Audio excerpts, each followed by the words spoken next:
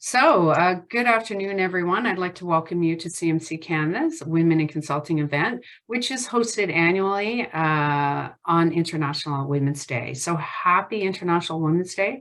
I hope everyone has had an opportunity today to celebrate the progress that has been made for women and girls around the world, but also recognize the work that still needs to be done to bring equality and parity to women in all aspects of social and economic life. I'm proud to be hosting today's event and the discussion with an esteemed group of colleagues about the power of women in driving positive change in Canada. My name is Jennifer Smith. I received my CMC designation in 2008. I've worked in large and small consulting companies and think tanks, and had eventually started my own company back in 2005. Seems like just yesterday, but we are still here. And many years later, I'm also a member of Eastern Ontario's Council of CMC, so actively involved in CMC. So welcome, everyone. I'd like to turn, before we deep dive into the conversation, just to do a land acknowledgement. I'd like to begin by acknowledging the Indigenous people of all lands that we're on today. And while we meet today on a virtual platform, I would also like to take a moment to acknowledge the importance of the land each of us calls us home.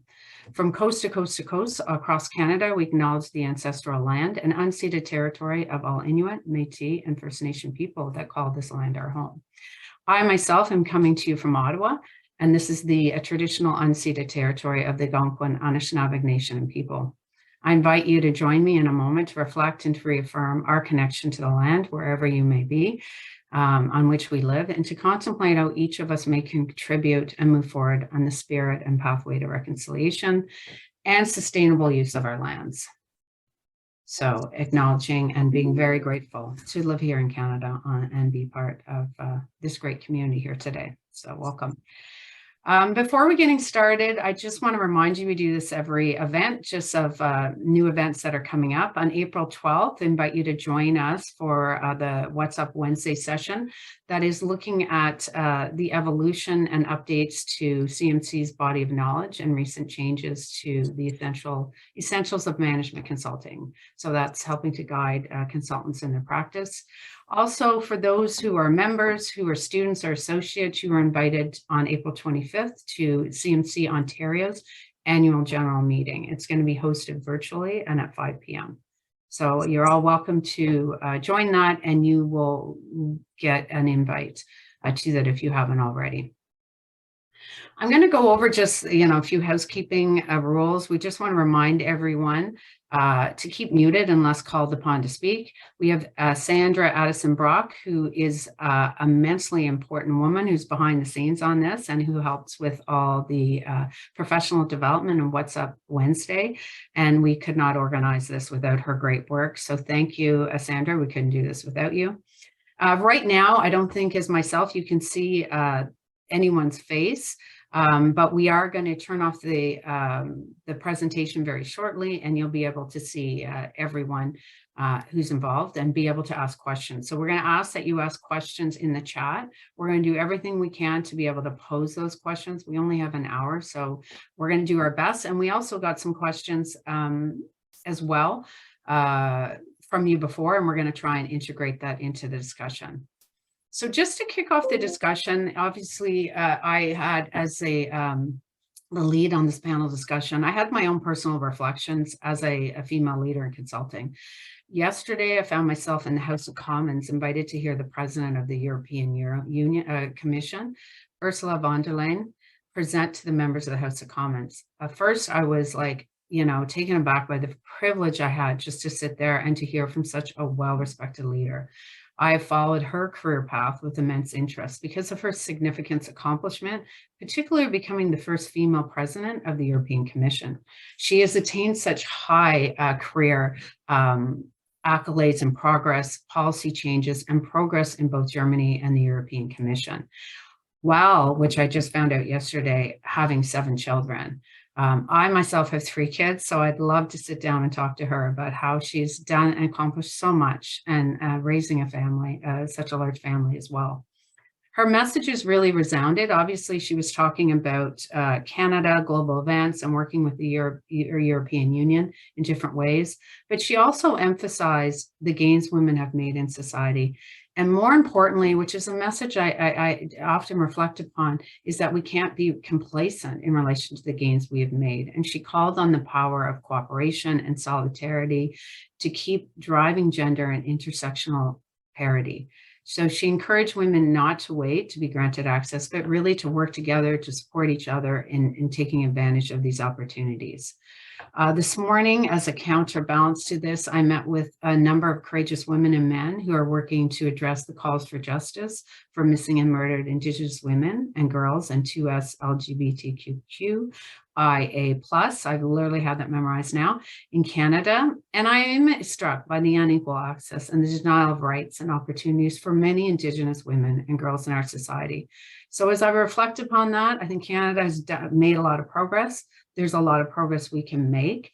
As you can see, we have fairly, as a country, have made pretty good progress, but we also have been fairly inconsistent with that. And as we see in 2021, the parity gap and the gender gap in Canada is about 77%. But if you look at that through a diversity and intersectional lens, it will not be representative of all groups in society. And we also know that COVID has hit others differently. I go back to Ursula von der Leyen's message, noting the power and opportunities that come to companies and nations, societies that embrace diversity and inclusion for all. And so, without further ado, I want to turn to the panel and invite our panel members to discuss ways women can promote diversity, inclusion, intersectionality, not only in the workplace, but also our work as consultants. So without further ado, I'm going to introduce each one by one, and then I'm going to call upon them. Each comes from different backgrounds or at different stages in their careers, and to just tell us a little bit about themselves, their journey, before we kick off the discussion. So I'll go start with Alana Boltwood, who's a senior manager, ESG, solutions and architecture at KPMG, where she enables companies worldwide to transform for sustainability. We have Ashka Wirk, who's principal of Wirk Consulting. She comes from a very diverse background and recently established Wirk Consulting during COVID. So I'm sure she has some interesting background there as well. And Damilola Odeleye. She is a manager of best practices and business innovation at Sun Life. So I will turn it over now to Alana to just introduce yourself and a bit of your background and your journey. So welcome. Oh, thank you so much, Jennifer, for all these welcomes and the land acknowledgement, because a lot of what I do is about social and environmental sustainability on our land and globally. So as you said, I work for one of the big 4 consulting firms globally. I'm with KPMG, and I have been for about 3 years. My background is not the traditional big 4 start immediately after you graduated. I actually had jobs as an employee after my undergrad. I became an independent contractor, and then I did a master's degree and it inspired me to join a bigger consulting firm. So a bit of an unusual path. And along the way, I've also pursued interests in the arts, which keep me creative, and I bring that into my work at KPMG. And on to Damilola. Oh, okay, yeah. So my name is Damilola Odeleye, and I'm a consultant in the individual operations best practice division of Sun Life, one of the leading financial services company in Canada. I actually started my career as a tech geek. I used to be a programmer actually, but as I grew in the role, I realized that I wanted something that had a fine blend of technology and business. So I pivoted to a consulting role in that space. And then also I did a master's degree that kind of opened my eyes more into the area of management consulting. Now in my mid-career, I have acquired experience working in fast-paced dynamic business environments and cultures. And my consulting engagement really is majorly focused on leveraging technology to achieve strategic objectives and gain competitive advantage. And one thing I've learned in the course of my career is that, especially in consulting, is that it's not about the what, that's the deliverable, it's about the how, the approach. That's how I believe I've been able to set myself apart. Perfect. Well, welcome. Ashka, I think it's over to you. Welcome. Thank you, Jennifer. And thanks to all of you for having me here, for being here. I see some friendly faces and names on the screen here. So looking forward to connecting with you over this hour. My name is Ashka Wirk. I am the principal of Wirk Consulting. I'm based here in Victoria, British Columbia. I'm a certified management consultant, earned that designation in 2017. I've been active in the CMC community. I'm the vice president of our BC Institute here. And then I'm also a certified executive coach. My practice as a coach and a consultant focuses on strategy formulation and implementation, on executive coaching, and on stakeholder engagement. I, like Alana, definitely did not have a straight line career into management consulting. I started my career with the Association Management and Healthcare Consulting arm of Stem Cell Technologies, a large biotech company based in Vancouver. Worked there for 10 years, first as the executive director of several national and international healthcare associations, and then moving into the CEO role in the last 4 years of my 10-year tenure. Tenure, it was right. At that firm. And then I moved from Vancouver to Victoria for personal and family reasons. And that is when I actually discovered what I would call classical management consulting. Met the founders of a boutique management consulting firm here in Victoria and joined that firm as their strategy practice lead, where I worked in that area for the better part of the last 10 years. Before launching my own practice and firm in February of 2022. So it's great to be here. I'm looking forward to some good discussions. Perfect. Well, welcome everyone. So we're just posing some questions and asking the panel to respond to them. Again, if you have questions you'd like us to pose, I will try and monitor the chat as we go through. But we just want to first kick it off about what factors have been or were critical to your career progression. And maybe as you go through this, you can identify barriers that you needed to overcome and what supports that you found that helped you overcome them, whether they're mentors or others that you found that helped you along your career pathway. So I'll do this in a little bit. Why don't we do it in reverse order? Ashka, I'm going to ask you to stay on and just, respond to that, factors that were critical to your career progression. Yeah, I think that this is like a really interesting opening question.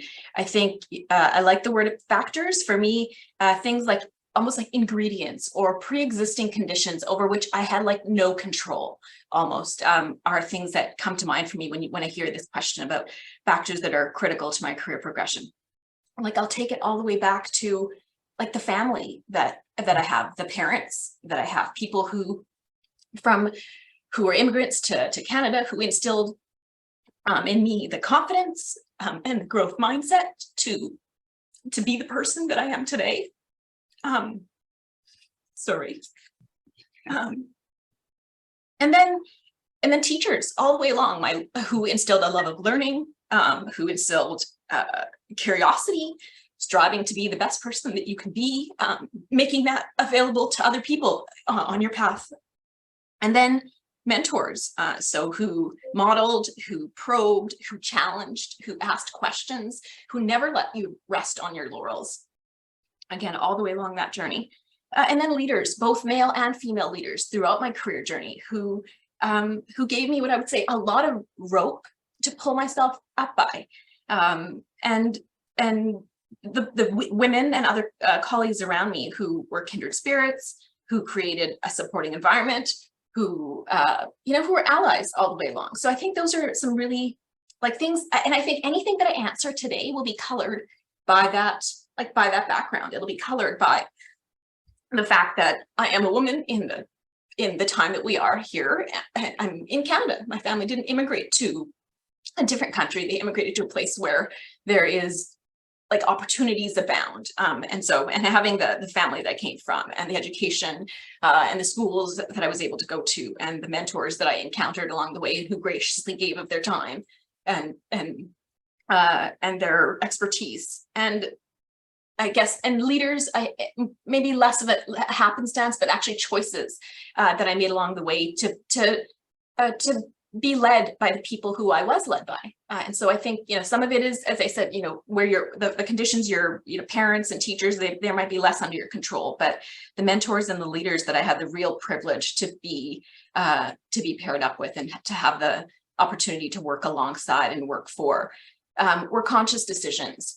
I think just making some choices about who's in that inner circle has had such a big impact on the way that I view the world, the kind of work that I do, the clients that I work with, the way that I approach my work. Yeah, so I'm hoping that kind of answer is a kickstart to the conversation.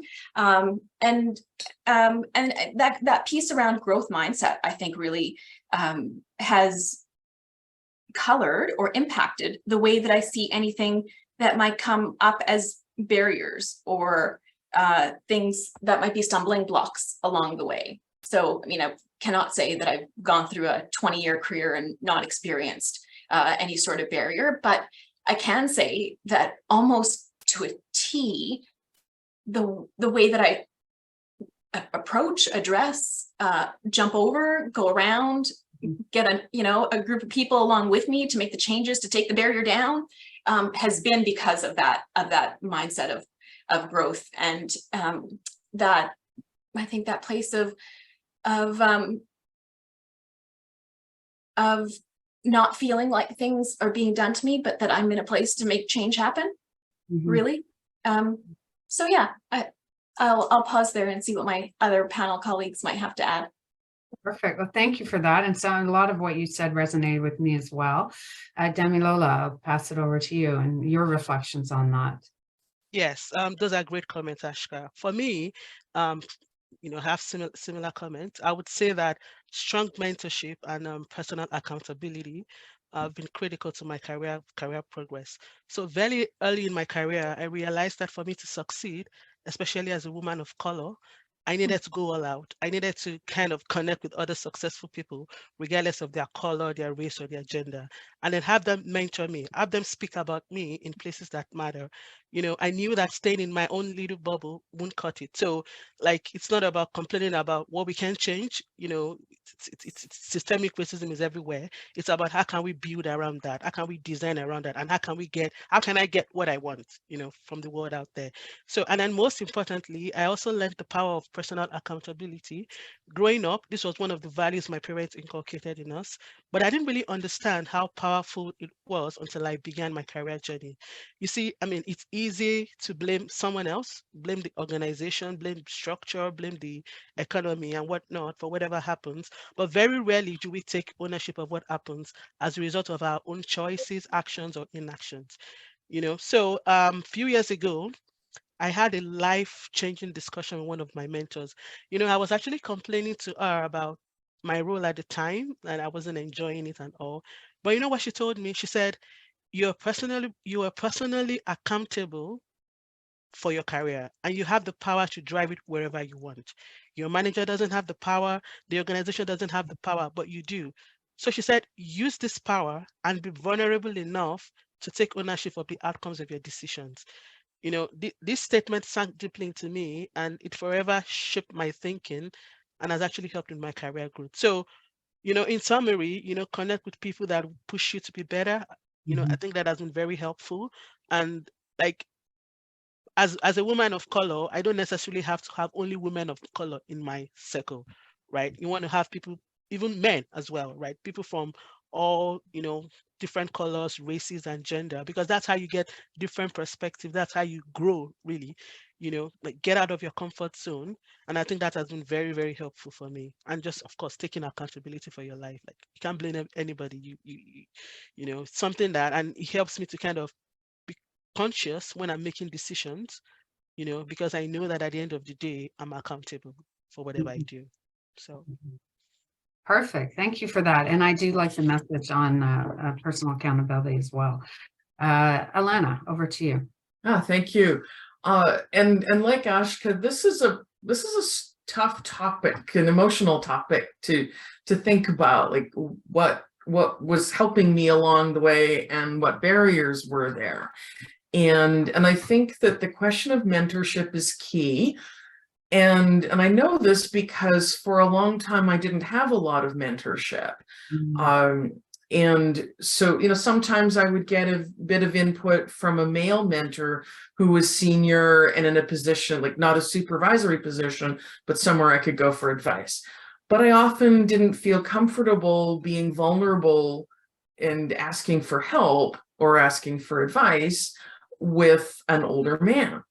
And of course, who's successful out there? It's mostly older men. So I did not find a lot of women in very senior positions who were available to mentor me, or I wasn't even knowing to ask. And that all changed when I moved to KPMG, because we take mentorship very seriously. We do a lot of it formally and informally. I regularly get invited to mentorship programs. Would you like to sign up to be a mentorship for women in technology? Yes, I will do that for some junior people. Would you like to sign up to have a mentor from the Pride program for LGBTQ employees? Sure. And some of these mentorship relationships have turned out to be very instrumental in my career progress. I get new opportunities. I learn a lot from the people I do mentor. So I think that encouraging everybody to have that is great. And CMC has also introduced me to people who have given a little bit of mentorship here and there, like just knowing something, getting a little bit of knowledge about what are the opportunities out there, what are the mysterious parts of the business world that you've never even heard of, those obscure professions and levels of work that you haven't even been exposed to wherever you are currently sitting. And that exposure and knowledge is also a really powerful part of what's helped my career progress. And back to Jennifer. Okay, well, thank you very much for that. And I agree on the mentorship front and making those connections and helping to get that exposure that you need. So Alana, don't go. I'm just gonna keep going reverse. I'm gonna go Alana and then Ashka and then Damilola, because she has a little video clip she wants to play. But the World Economic Forum has been tracking progress of companies across all leading indicators. And what the research is telling us is that those societies that focus on parity, inclusiveness, fairness for all, do better on every indicator of well-being, be it economic, social, or environmental well-being. So I just want to start with you because you had already mentioned some of the mentorship that KPMG is doing, but what can organizations do better to support diversity and inclusion? And are you seeing any innovative practices that are helping to support creating diversity, particularly around, LGBTQ, gender non-binary, and multiple intersectionalities? So I'll push that over to you, and maybe you can give me some of your reflections at KPMG or other organizations you're working with. So one of the great things that we're doing is in the recruitment area. This is only applicable if you've got a big firm and you've got a pipeline of junior recruits who gradually grow up the ranks. And the recruitment at KPMG now has a number of scholarships and intern programs where we're addressing particular groups. So we go to Black people in high schools. We have an Indigenous post-secondary internship, and we have a program that's been carefully designed to recruit neurodiverse people with autism and other conditions that make them bring very useful skills to the firm, but with abilities sets that are quite different than the traditional consultant. So I'm really glad to see that recruitment effort happening. And I was on a recruitment committee where we noticed that our standard recruitment for finishing your bachelor's or your master's degree, we were going to the elite universities, and we were ignoring many of the other schools that graduates were coming from. And we were going to the business and technology programs and ignoring the graduates of the other programs.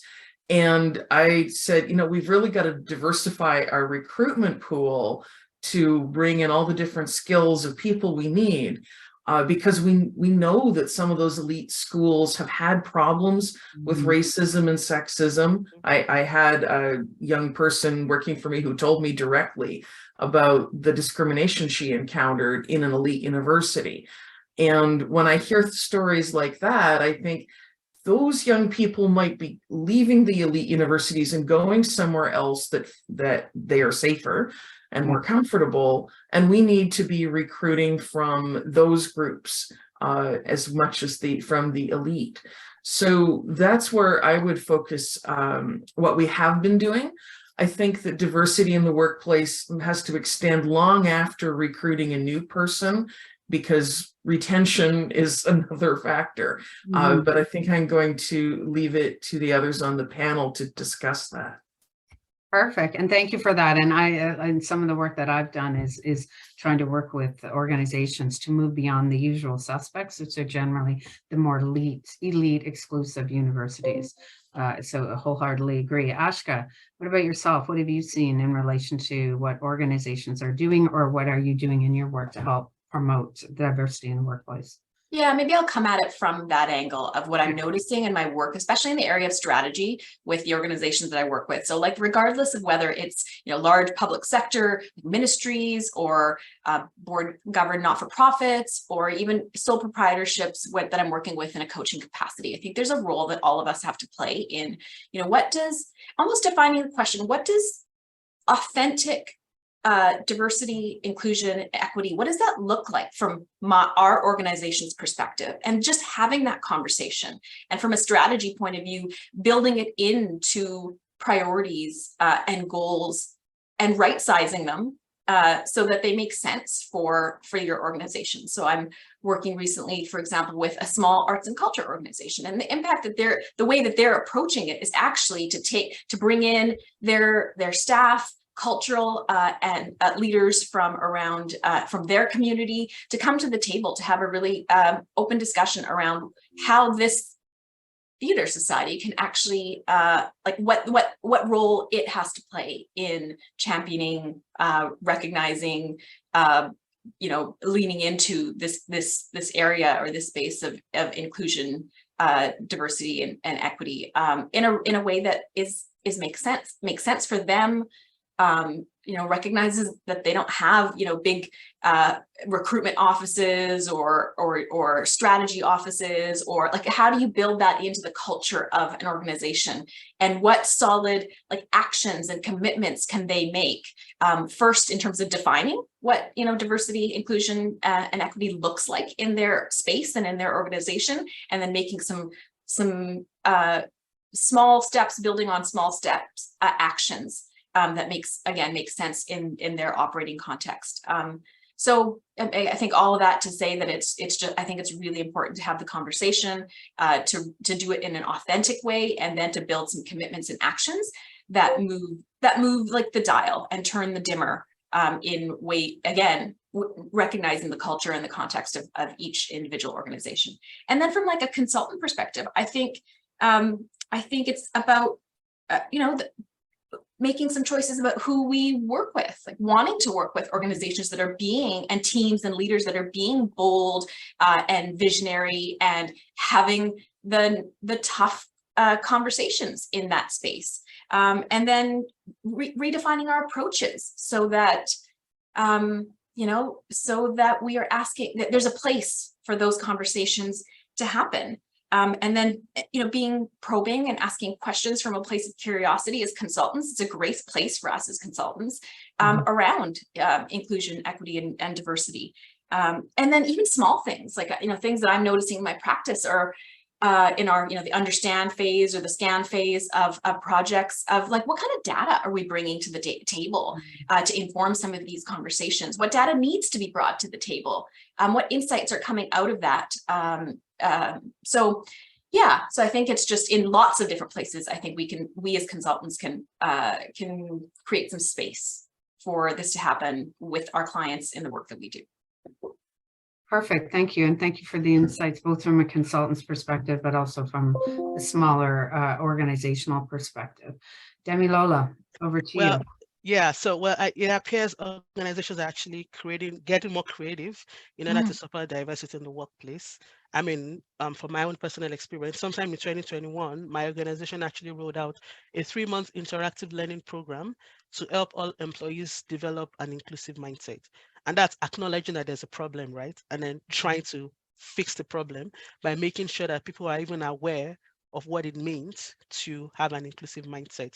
And the learnings were actually very invaluable. And I'm actually grateful that my company took the initiative to put that in place. This is something that I believe other organizations should consider as well to better support diversity in the workplace.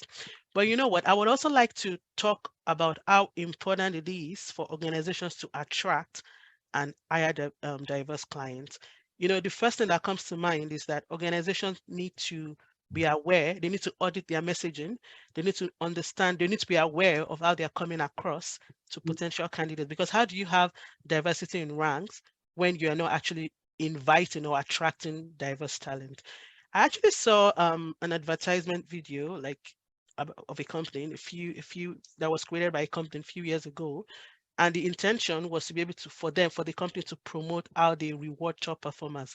I found it very interesting, although I recently found out that the company has gone under. But I think this when I play this video, we can see what it means. You know, organizations sometimes they may not know how they're coming across. And for people who have companies here, maybe consulting practices or people that work with bigger organizations, I think this is something that we can keep in mind to make sure that we're actually passing the right message we want to pass. So I'm going to share my screen quickly and just play this video. One second. While you do that, I'm just going to say, I like the inclusive mindset, the training that was done to support diversity for all employees. Because what I find companies are doing it for new recruits, but then you're bringing them in and they're inculcated into the culture that might not be that way. So I've been working with some of my clients to infuse it throughout the whole organization. So we'll let this go now. She's going to hit play. Okay. Let me know if you can hear me.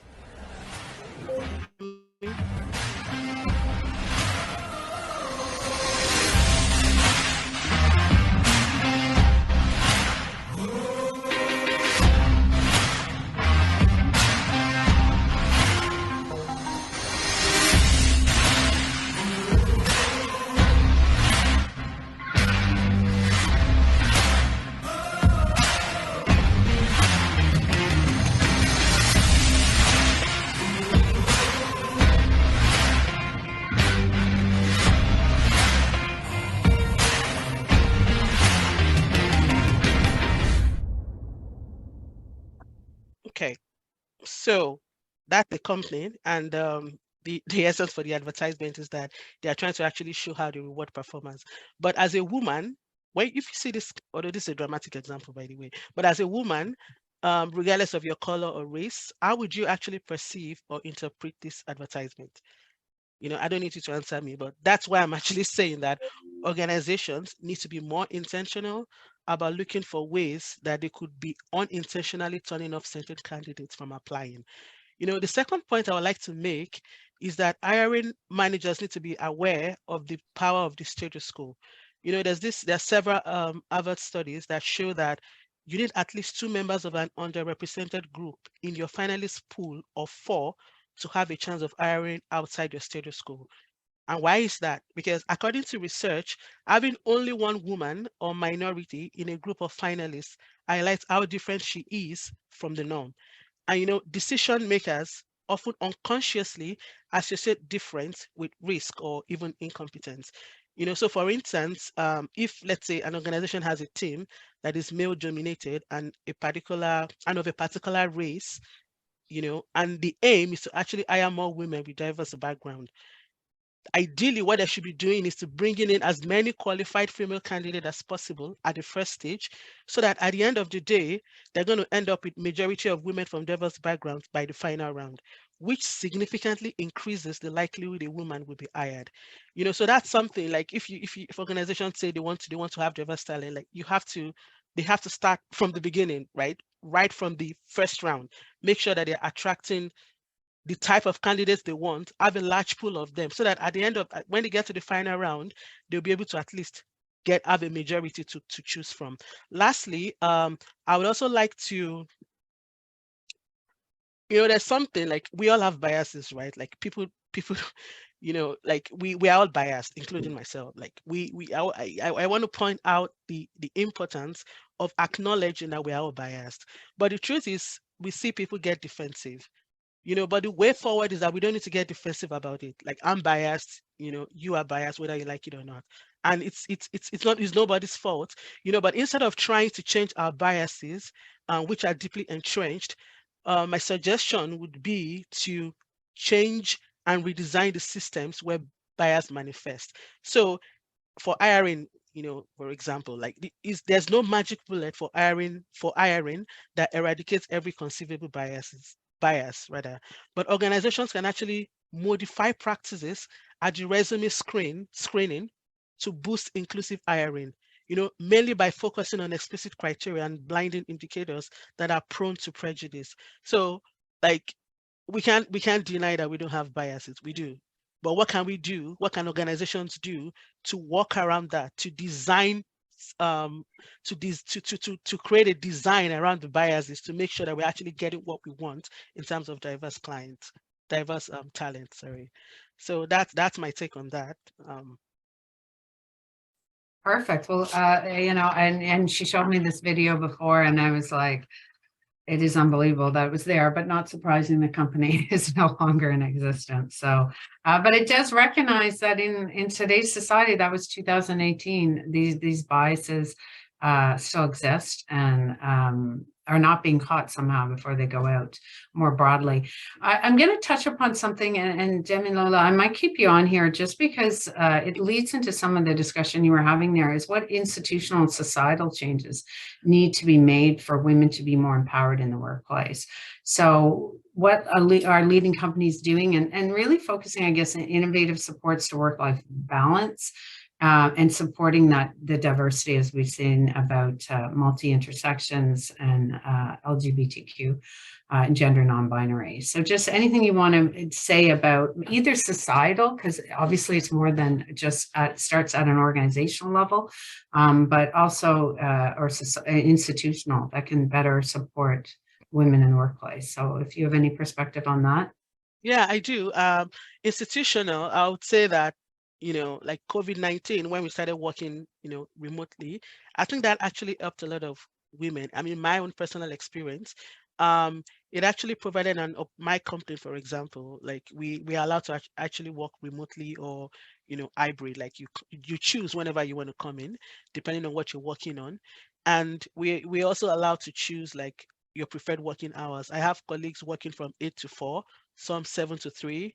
And I'm doing 9 to 5, right? So I feel like that flexibility helps because as a woman, we kind of have a lot of responsibilities outside work. This is not to say that men don't have responsibilities outside work, but women are natural caregivers. And so we have a lot of responsibilities outside work, and having a job whereby your time is flexible enough, and you can actually plan your out of office activities around your work schedule.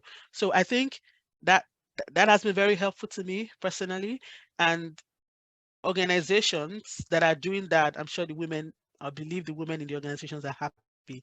In terms of societal change, I think there's just this stereotyping, that, a woman cannot do XYZ. The question, what do you mean by that, and why? I think there needs to be a mind shift generally, even in the society, whereby you don't reserve a particular role for a woman. You don't reserve a particular role for a man. Say for example, you're in a group whereby, maybe they served, I don't know, maybe lunch. I'm just making things up now. And the expectation is that because you are the only woman in the room, you should take care of the lunch. You should take care of making sure that everybody's fed. But forgetting that as a woman in the room, you're a colleague at that point. It's not your job to actually take care of everybody else. So I think society needs to there needs to be that mindset shift to understand that there's no role that is gender specific. A woman can choose to do something if they want to do it, but they should not be, labeled that they have to do something that they don't want to do. just because just because she's a woman, So I think that's something that we're not there yet, to be honest. I just think that, yeah, it starts with the mindset shift, and then gradually, I think we're going to get there. Perfect. Thank you for that. Alana, I'll invite you in to see if you have any comments on that. Thank you for mentioning the demonstration of acceptance of diversity. And I think that I have an example from the team I was on a year ago. The woman in charge of the team demonstrated actively that she put her children first. She would cancel meetings to take care of her teenage children when they had a problem. And she encouraged members of her team to block off time in their schedules for childcare. So, and not just the women, but the men with young children would often say, no, I'm not available. That's time to put my kids to bed. And all great. So we learned to work around schedules of people who were raising children, which has often been a challenge in these industries that are male dominated. And there were some pretty senior people who were saying, no, I got to put my kids to bed. But, we would still be working evenings after putting the kids to bed because it's a big consulting firm. Total flexibility about your schedule, whatever you can negotiate. You can take a break in the middle of the afternoon and run your errands, but you might be working that evening. Yeah. I would agree. That's a life I find, but I would say that's what I love about consulting.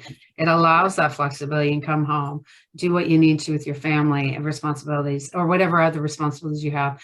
And then you go back at it. That's something that fits with me and my balance. So it does not fit for everyone, that's for sure. Ashka, I'll turn it over to you. Yeah, I think I would just double down on what Damilola and Alana have already talked about. And I think it just comes back to something that you just said, Jennifer, too, around like it's the mindset that you approach your work with, the environment that you're working with, the choices that you make along the way. I think it was one of the big driving factors of my deciding to go out on my own firm and start my own practice after having been with a firm for nearly a decade was almost like one word: autonomy. Like I just needed to have the full ownership and autonomy to make the decisions that I wanted to make of who I worked with, where I worked, when I worked, the organizations, the leaders, and all the things that really, fulfill me professionally and impact the way that inevitably impact me personally. So I think that was a big driving force behind my decision to go out on my own. I think from part of your question also was around institutional changes, and what I'm noticing in the work that I'm doing in organizations, again, from a strategy perspective, is a real leaning in by organizations to embrace like a coaching culture and to bring coaching and a coaching mindset and the tools to their employees, and not have it be, something that only executives get to have access to, but that it's actually they're giving their employees the skills, the training, and the tools to embed a coaching culture. And by what a coaching culture really, by what I mean by that is starting from a place of asking questions, from curiosity, from fostering shared understanding, instead of defaulting immediately to managing and telling and advising. And there's some knock-on effects of that I think have like a little bit of a thread to some of this, the inclusion and diversity conversations that we're having today. So it's not a direct line of sight, but approaching our leadership practice from a coaching lens, I think helps foster understanding between and across people that we might not have otherwise, because it forces you to put aside your own biases, your own right path for whatever the conversation is on the table, and instead just really deeply listening and understanding where the other person is coming from, to an end that moves your organization forward, right? Maybe not the path that you might have taken, but you but the right path for the person that you're mentoring or that you're coaching, or the people on your team, that I think have a bit of a tangential link to inclusion and diversity. Perfect. Well, thank you for that. Sandra has written in the chat, just to remind people, if you have any questions, I always have questions, so I'll just keep asking. But if you have any, please feel free to post it in the chat, raise your hand. It might be harder for me to see people raising their hands. I'll look for the participants where they usually will mark it. But I wanted to start, Ashka, we'll just keep you here and then we'll go back. It's sort of, how in your career how have you empowered yourself? I guess this gets back to what Damilola was talking about in terms of our own, how we direct ourselves, our own personal accountability, but how do you empower yourself and then further empower women around you? For me, I actually think it's about the community. I think there's this thing, I'm not sure exactly how to articulate it, but about building like a goodwill bank in the people with the people that I have around me. And I think the CMC community is a really great example. Like, I do not think that I would have been able to successfully launch my firm and be where I am today, just a year into it, with the strength, the confidence, the clients, the partners that I'm working with on some of our work without a community like CMC. And I think what, again, some ingredients for success on that is leaning into whatever communities, whatever you define as community, but to really lean into that and put, because I think from a community, you get from it as much as you put into it. And so I think it's just been like an ethos that I have of contributing, of forming and finding those allies, of like-minded and not like-minded people to work with and alongside and learn from, both in a professional and a personal capacity. I think there's been, then within the CMC community, the really surrounding myself with other female practitioners and consultants, and learning from them is one way that I really empower myself. Choosing to work with people who look at the world in a different way and add some depth and richness and a different way of approaching a problem with a client than I might have just by myself. So yeah, I think it's less about what I do to empower myself and more about who I surround myself with, that gives me the strength, the excitement, the energy, the replenishment to keep going and doing more. Our work as consultants is hard work. It's like we sell increments of our time, we sell our expertise and our creativity and our body of knowledge and experience. And I think we need to nurture and feed that. And I find that community goes a long way for me in helping in that way. Okay, perfect. Thank you for that. Damilola, how about yourself in terms of how do you empower yourself and empower women around you, women, men? How do you empower those around you? Yeah, so for me, I would say that again, as I mentioned earlier, I think it starts with a mindset shift, right? So I've been doing a lot of rethinking and self-reflection lately. And one thing I've found to be very powerful is the ability to turn off the noise around me. There's a lot of things going on out there, right? So turning off the noise around me and focusing on my inner strength, who I am, and how much I can accomplish as a woman, as a wife, and as a mother. So it's like not putting that limitation on myself, knowing fully well that I can be whoever I want. I can get to whatever position I want. I just need to focus, be personally accountable, and drive my own career to where I want it to go. That's for me, that's how I stay empowered. And then to empower other women around me, I'm intentional about being an ally, finding an ally and seeking opportunities to share my journey with other women and men, as well as mentor them. So, that's in a nutshell. Perfect. Yeah, thank you, Alana, for that. Sorry, Damilola. Alana, over to you. Empowerment makes me think about some of the barriers we face to empowerment. Because sometimes you may have some career experience where you were told, no, you can't do that. There's a rule saying you can't do that. So it can help to have a coach or mentor or supervisor who says, yes, you can do that. And what would you like to do? What little projects would you like to proactively start and run, for example? That's something that a junior person needs to hear. And as independent contractors and consultants, we need to be feeling empowered to ask our client, hey, you need another service, we could help you here. So like that kind of empowerment is all about the relationship with the clients, the bosses, the powers that be, and how much can you do? How much can you bring your talents to be part of the, a benefit to the client? Another aspect that I'm thinking about here is authenticity, being able to bring ourselves to be feeling safe in being ourselves in front of our clients and our colleagues. And this is particularly challenging for people with intersections, identities, and so on. So you've been asking about LGBTQ people in the questions. And I did want to mention that gender nonconformity, I think, is an important issue for women to think about, whether we present as feminine or not.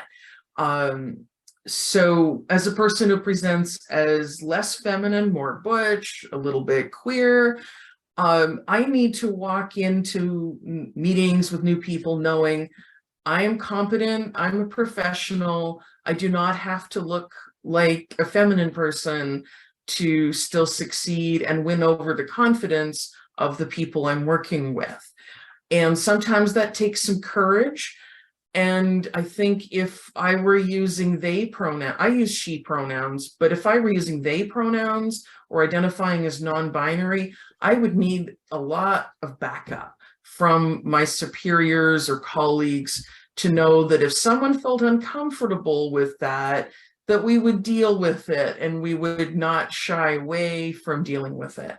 And it's the same if I have people on my team who are any marginalized background, I know that I need to back them up so that when we go to the client perceives us as professional and competent, ready and able to do the job, and they dare not question our identities and backgrounds, and we will confront that if they do.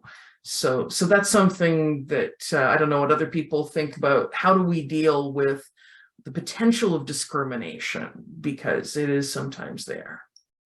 Both within the organization, as you say, with the clients themselves. Yes. Yeah. So driving positive change with that. Thank you for sharing that story from your perspective.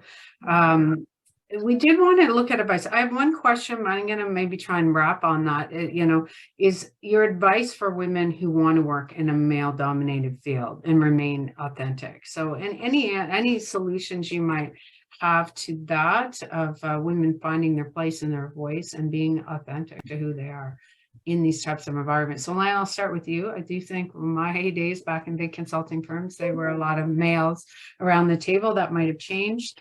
But maybe we can start with you and then we'll go back to Ashka. Sure, there are still definitely lots of men in senior positions in a big firm. And the lesson that my colleague learned was wear comfortable shoes, because you never know when the man in charge will not think that he should allow more time to walk to the client's office because the woman is wearing high heels to impress the client. You don't need to wear high heels. You just need to get to the client's office on time. You should be comfortable, and it is perfectly adequate to wear flat shoes. There you go. Thank you very much. When I was in a big consulting firm, they told me, if you want to take Fridays off, you better learn how to golf, because everybody takes Fridays off and goes golfing. So I did go and learn it. I can't say I love it. I liked it. But anyways, there's one of the ones that maybe I wasn't as authentic as I could be. Ashka, to you. I think, well, one, I would say just to be like unapologetically who you are. I think that, and it's easier said than done. I fully recognize that. But if I were to say that to someone or my younger self, just be unapologetically who you are. Then I think, if I'm looking to the future and setting the seeds for the future, I would go back to my pre-existing conditions comments at the beginning of this session, where if for those of us who are parents, for those of us who are teachers or mentors or leaders or colleagues, lean into those roles that we play to be the allies of the kind of change that we've been talking about, or that we want to see. Like, where are those opportunities for us to have those small little pebbles in the pond that have like immense ripple effects? And I think they do. We've just, I've talked emotionally about the mentors that I've had. And I think we forget about how much power there is in those roles, as mothers, or as teachers or mentors or leaders or colleagues. And I think when we lean into those roles with that mindset of being an ally, goodness, the ripple effect of change is magic. Thank you for that, Damilola. And then I'm just going to raise one.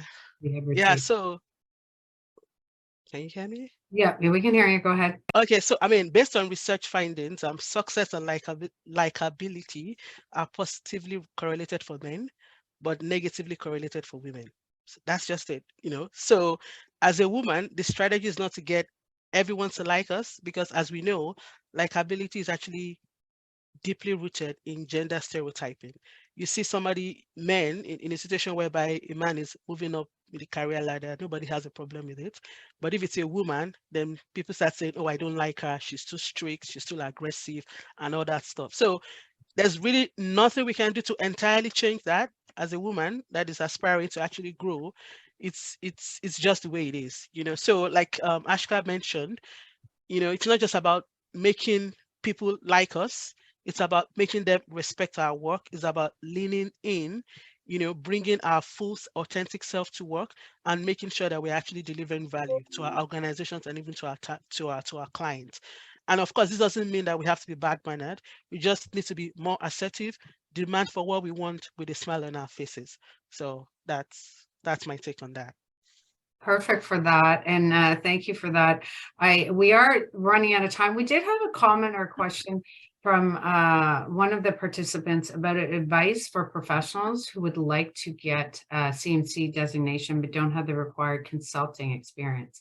And I just it sort of fall back on some discussions, and I think it was Alana who talked about empowerment through mentors and coaching, and getting assignments, those smaller assignments that build to larger assignments. I don't know if you have some thoughts on that, because I'm pretty sure with CMC, it doesn't have to be like a contract in a consulting company, but you could be an internal consultant as yourself, Damilola. So maybe just I'll turn it to you and then Alana to see if you have any advice there. Alana, you want to go first, or you want me to go? Sure. I would say that take any opportunities you can to get new experience, meet new people, and try new things. Even working for free for small things that get on your resume.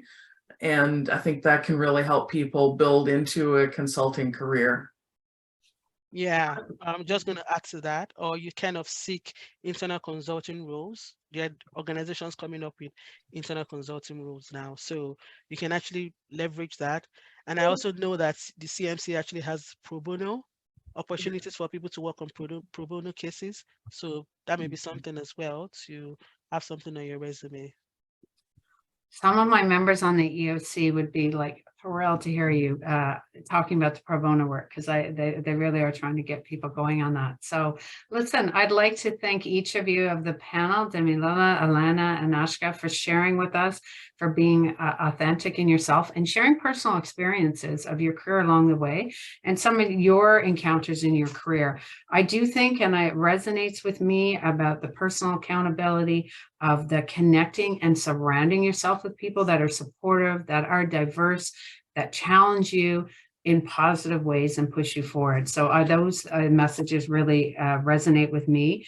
And I really like to maybe demonstrate and leave with this, Alana's thought about demonstrating diversity. There's a lot of platitudes. There's a lot out there about what is being done. And sometimes I'm the worst because of sometimes the hours I work, but I have tried to modify and change how I send stuff out in emails, so I don't demonstrate these are the expectations I have for others. But I do think it's like, how do we demonstrate it? How do we drive the change? It's in our actions and not just in the words that we take. So thank you, everybody, for joining today. I found it very interesting. I loved working with the three of you and Sandra in helping to put this together. I hope everyone enjoyed the discussion. Sandra has put in the chat box, just if you want to take a survey and let us know your thoughts. any recommendations. We do this annually and what you'd like to see next year. Lastly, I just want to thank everyone for their time and their commitments. And I look forward to seeing you at future CMC events.